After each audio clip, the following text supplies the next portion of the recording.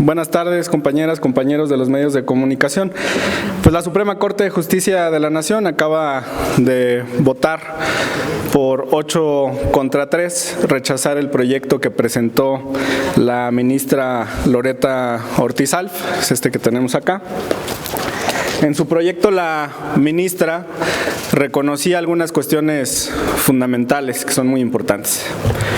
Primero, que el Senado tiene una facultad exclusiva y soberana para designar a los comisionados del Instituto Nacional de Transparencia y Acceso a la Información, el INAI. ¿Qué planteaba además la ministra Loretta Ortiz Alf? Que no se puede presentar una controversia constitucional de manera preventiva. Decimos esto porque el Pleno del INAI autorizó a su director jurídico presentar controversias y ampliar demandas en controversias ante la posibilidad de que se quedaran sin quórum por la tercera vacante. Esto ocurrió, se formalizó el 27 de marzo del año en curso. Está en la página, déjame ver si es 23, 24 o 26, es la 26.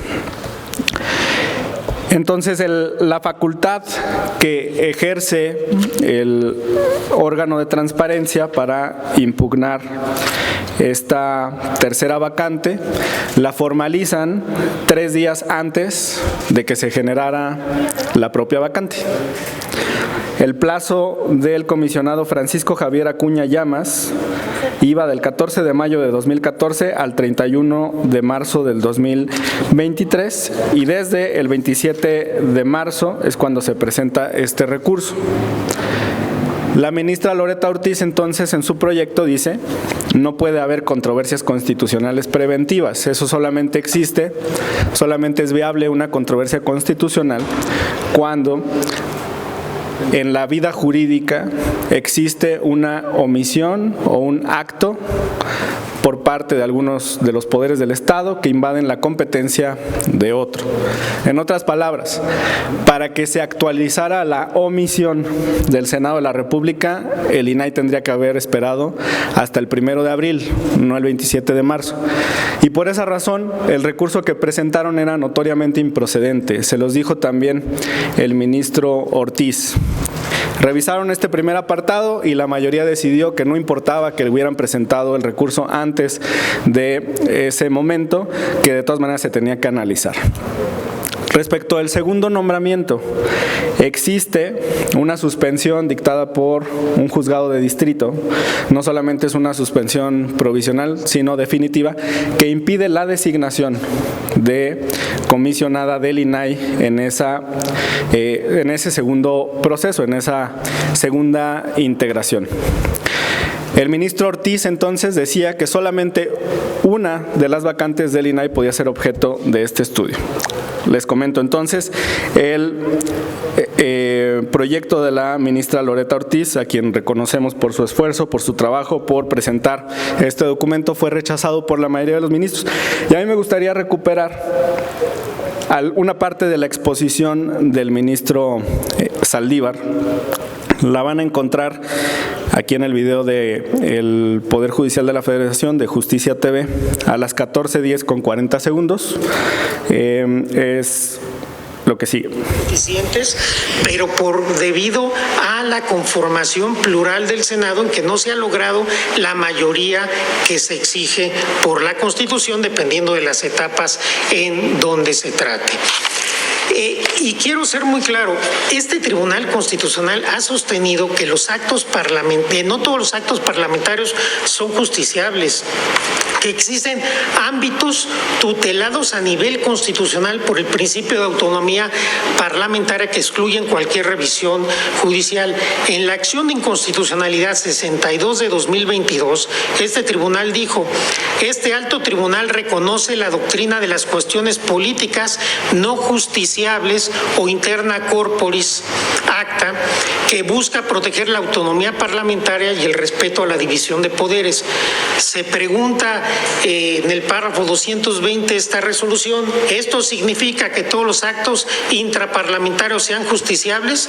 La respuesta es negativa. No todos los actos parlamentarios son sujetos de tutela constitucional, y específicamente habla esta resolución que los actos que sean producto de una habilitación con la que la Constitución General haya conferido al legislador una discreción absoluta con criterios de oportunidad política no son justiciables, y me parece que este justamente es el caso. Hay una discrecionalidad absoluta. ¿Para qué? Por la las fuerzas políticas estén obligadas a ciertos acuerdos, y estos acuerdos políticos no podemos obligarlos por una sentencia de la Corte. Me parece, y lo digo con todo respeto, que sería un despropósito, que sería excedernos de nuestras atribuciones. Por eso incluso el ministro Gutiérrez sostuvo una posición más atemperada en cuanto a lo que podríamos obligar o no.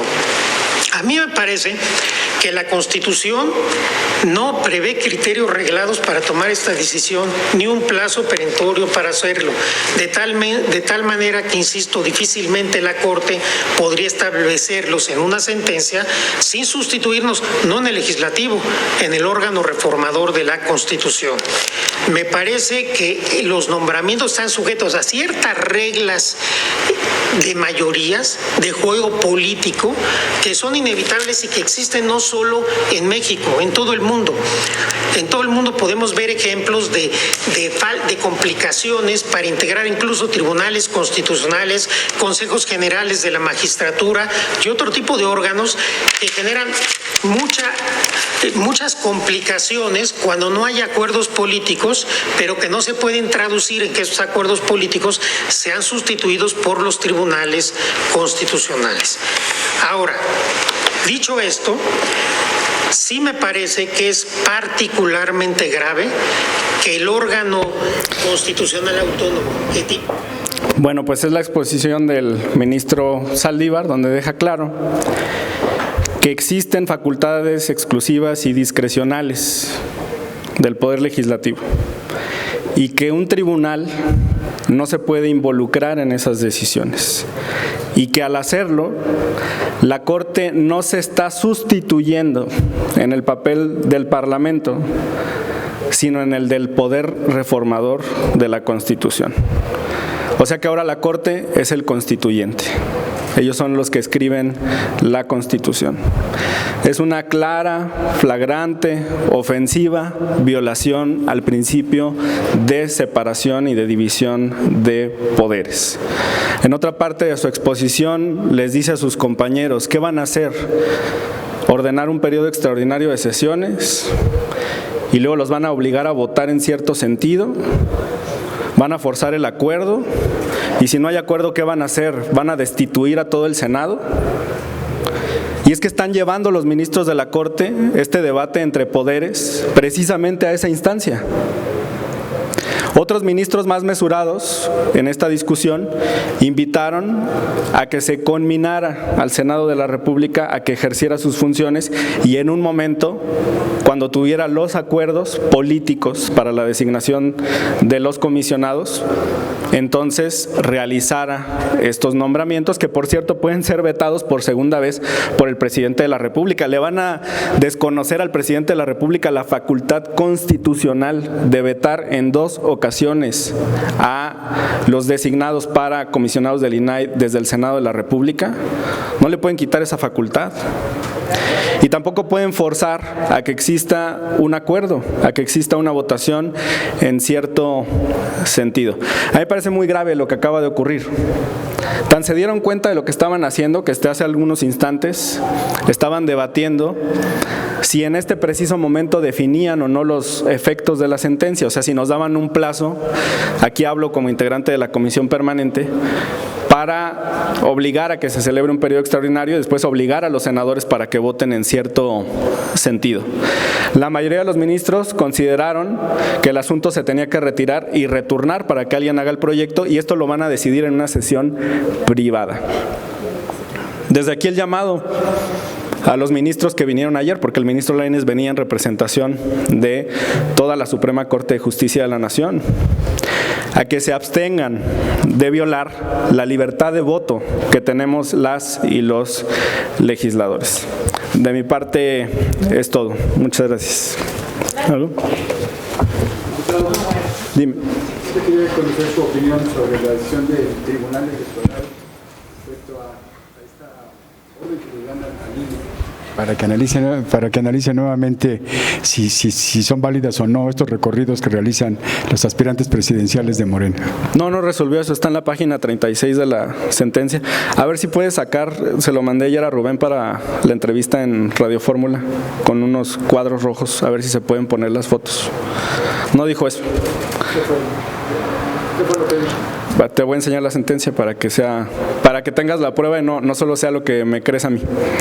Pero lo que dice, parafraseando, es que no hay una sola prueba de que existan actos anticipados de campaña y que no se pueden dictar medidas cautelares en un proceso intrapartidario y que el ejercicio está blindado. Y me acuerdo muy bien de la página. Ahorita te la ponemos aquí. Entonces, eso ya estaba. Ya había mencionado lo del asunto de las medidas cautelares, pero ahora es otro. No, lo que pasa es que estás confundiendo la determinación de la Comisión de Quejas del INE con la determinación del Tribunal Electoral del Poder Judicial de la Federación, que por 4 votos contra 3 confirmó lo que el INE había dictado. Entonces no se trata del mismo acto, son 2 instancias, primero el instituto y luego el tribunal. Okay. Y el tribunal sí realiza un análisis profundo de por qué el instituto resolvió de tal o cual manera y concluye con esa parte. Okay. Antes de que pongas eso, ¿podrías explicar entonces el asunto que se da hoy en el fallo del tribunal?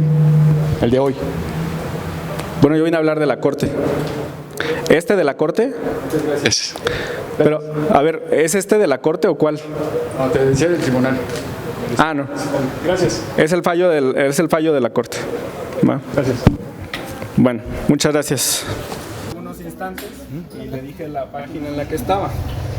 Se considera que las medidas adoptadas cumplen con el principio de necesidad y proporcionalidad atendiendo a los hechos e infracciones denunciadas, ya que determinar la suspensión total del proceso, está hablando de la competencia por designar coordinadora o coordinador de los comités de defensa de la Cuarta Transformación, implicaría una determinación innecesaria y desproporcionada. ¿Puedes poner la siguiente página? Eran 2. Dele, pues bajar conmigo. Un poquito más para que se vea la pantalla, por favor. Y acá está en la página 36. No es posible advertir que el propósito del referido acuerdo político, el que tomó el Consejo Nacional de Morena, sea el generar actos anticipados de precampaña y campaña, ya que en este momento la función primordial, es lo que le cité al compañero, del citado acuerdo, es realizar un proceso para elegir al mencionado coordinador o coordinadora nacional. Esta es la sentencia, esta es la página y eso es lo que resolvió. ¿Eso significa que no puedan revisar en el futuro un acto, un evento en particular? Claro que no. Si en algún momento uno de los aspirantes a la coordinación comete un error, comete una infracción sobre estas medidas cautelares, por supuesto que en particular cada caso se puede resolver. Pero aquí la Sala Superior ya dijo, si quieres regresarle a la otra, por favor, que no es posible determinar la suspensión total del proceso. O sea, eso ya no se va a mover. Esto ya es lo que dijo, ya lo que habló la Sala Superior. ¿Va? Oiga, yo nada más quería preguntarle de lo de la Corte. Sí, ahorita platicábamos sobre eso. Ajá, sí. Yo nada más quiero que me diga. ¿Ahí está Edgarín? ¿Aló? Ok. Que me diga, ¿ante qué escenario estamos nosotros con esta decisión que ha tomado la Corte? Usted decía que estaban invadiendo facultades. Sí, de hecho, lo que reprodujimos aquí fue el discurso del ministro Saldívar, donde acertadamente dice que la Corte no se está sustituyendo en el papel del Poder Legislativo, sino del Poder Constituyente. O sea, están reescribiendo la Constitución. Y es una resolución contradictoria. El ministro citó una acción de inconstitucionalidad reciente, donde la Corte había reconocido que hay actos soberanos, exclusivos del Poder Legislativo, en los que no puede haber un control judicial. Además, la Corte pues está violando un principio de seguridad jurídica que también está en la Constitución, porque admitió, esta es una cuestión formal, pero es muy grave, admitió una controversia constitucional preventiva. Ajá. El Pleno del INAI presentó su controversia el 27 de marzo de este año, cuando la vacante se generaba hasta la medianoche del 31 de marzo, 1 de abril. Ajá. Es decir, antes de sufrir el golpe, Ya se estaba curando. ya se estaban quejando, y eso no se puede en derecho. La violación nace eventual, no estoy diciendo que sea una violación. Cuando alguien alega que existe una violación, es a partir de que el acto sucede. No, en la historia constitucional del país nunca se había admitido una controversia preventiva. Y luego dicen que hay una omisión del Senado de la República de designar comisionado del INAI en otra de las vacantes, cuando ellos mismos reconocen que uno de los jueces que integra su propio poder, un juez federal, dictó una suspensión. O sea, por un lado, un juez federal obliga al Senado a que no designe, y por el otro lado, la Corte acusa al Senado de no designar. Primero, que se pongan de acuerdo entre los propios integrantes del Poder Judicial de la Federación. Hay una tercera vacante, ya resumiendo, hay una que presentaron antes de que se generara la vacancia. Hay otra en la que existe una suspensión. Hay una tercera en la cual ya está en proceso de cumplimiento para la designación, pero la Corte considera que los actos que ha desarrollado el Senado de la República no son suficientes. Y es cuando el ministro Saldívar les pregunta, ¿qué van a hacer? ¿Destituir a todo el Senado? Y esa es la pregunta que nosotros también tenemos para ellos. A ver, entonces estamos frente a un, ¿cómo se le puede llamar? ¿Un suprapoder? Sí, por eso yo coincido plenamente con su discurso. Se están volviendo un poder constituyente, están dejando de lado que son un poder constituido. Ellos no pueden reescribir la Constitución. Y están asumiendo facultades y competencias que no tienen. Y nos están llevando hacia un gobierno de los jueces. México es una república presidencialista, no es una república judicial. Eso no está en ninguna parte del texto de la Constitución. De hecho, les decía, el presidente de la República tiene un derecho constitucional a vetar 2 veces por cada una de las vacantes. En una de ellas ya ejerció el primer derecho de veto. Y ahora quieren apresurar al Senado a que designe. Pues yo les quiero decir que el presidente de la República tiene su facultad constitucional para poder vetar en la segunda ronda esta nominación. Y ni modo que desconozcan el texto constitucional. ¿Qué se puede hacer ante este caso? Porque dice, es un gobierno de los jueces, pero el tribunal es la máxima instancia a la que se recurre en alguna controversia. Pues cada quien va a ejercer sus funciones. O sea, ellos van a dictar sentencias y nosotros vamos a legislar. Ellos dictan sentencias y nosotros legislamos. Es lo que ayer se dijo aquí en las conclusiones del conversatorio. Entonces, ¿cuál sería el problema ahí? Bueno, pues que nosotros vamos por esta reforma al Poder Judicial, ya lo dijimos, se requiere una mayoría calificada y por eso Morena ha invitado al Plan C en esa parte. En el otro apartado, que estamos por entrar al análisis, cuando se reanude el periodo ordinario, si no nos destituye la Corte antes, es el análisis del presupuesto de egresos de la Federación. Y ahí hay muchos lujos, muchos privilegios, muchas cuestiones que son injustas, profundamente injustas para este país con tanta desigualdad y tanta pobreza. Y reitero el llamado a mis compañeros para que hagamos un análisis minucioso de esas partidas, de los fideicomisos. Morena no tiene duda para hacer esta reforma al Poder Judicial después de lo que decidió hoy la Corte. Hay muchos temas que se pueden abordar desde ahora. Yo les diría, el primero es... Pero, o sea, concretamente en este tipo de acciones. Sí, es que creo que la reforma judicial, como lo exponía ayer mi coordinador en las conclusiones, se desdobló. Ustedes recordarán que inició como un tema de análisis de cómo se iba a elegir a ministros de la Corte. Y a partir de los conversatorios llegaron temas de cómo se elige a los consejeros de la Judicatura, por qué quien preside la Corte también preside el Consejo. Pero este tema sería nuevo para estas conclusiones, ¿o qué? Sí, y además el exceso, no es que nadie lo está acotando, nomás le pedimos que dentro del marco de la Constitución actúe. Y si no, pues que ellos vengan y se sienten aquí y voten, porque pues entonces ¿de qué sirve tener Congreso, ¿no? Si ellos van a tomar las decisiones. Se les hace fácil decir, el acuerdo político, adelante, que lo hagan. A ver si nos dan plazo, a ver si vinculan a la comisión permanente.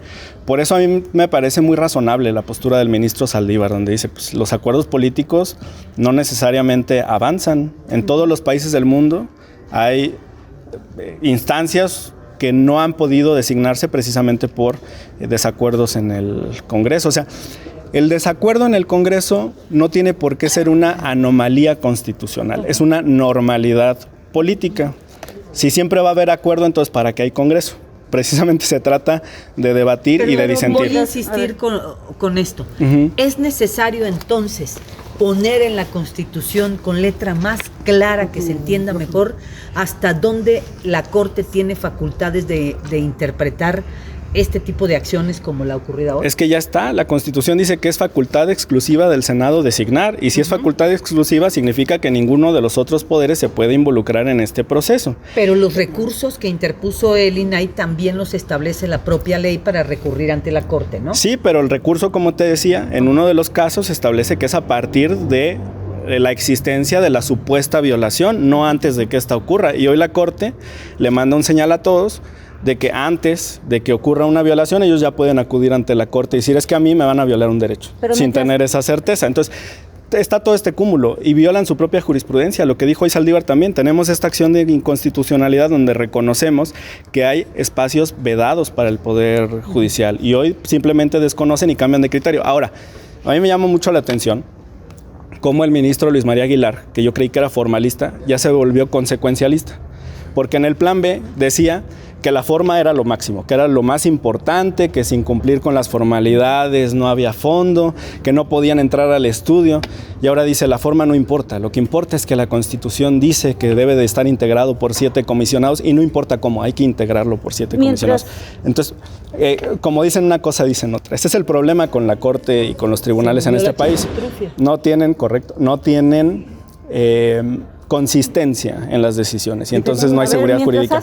¿Qué pasa, Margarita? Mientras hacen la reforma, pues con que no les haga caso Morena y sus aliados en el Senado y aquí, se soluciona el problema, porque no le han hecho caso a la Corte a pesar de estas sentencias que ha dictado. Por eso Saldívar les preguntó que se iban a destituir a todo el Senado. ¿Qué pasó, Fernando? Entonces Morena y sus aliados en la Comisión Permanente mantendrán la estrategia de obstaculizar el periodo extraordinario de... No se está obstaculizando. Fíjate, ahí está el video. Frenaron la convocatoria. Sí, mira, en la sesión de la comisión me tocó exponer un apartado y les decía, hoy lo retomó por cierto la ministra Esquivel.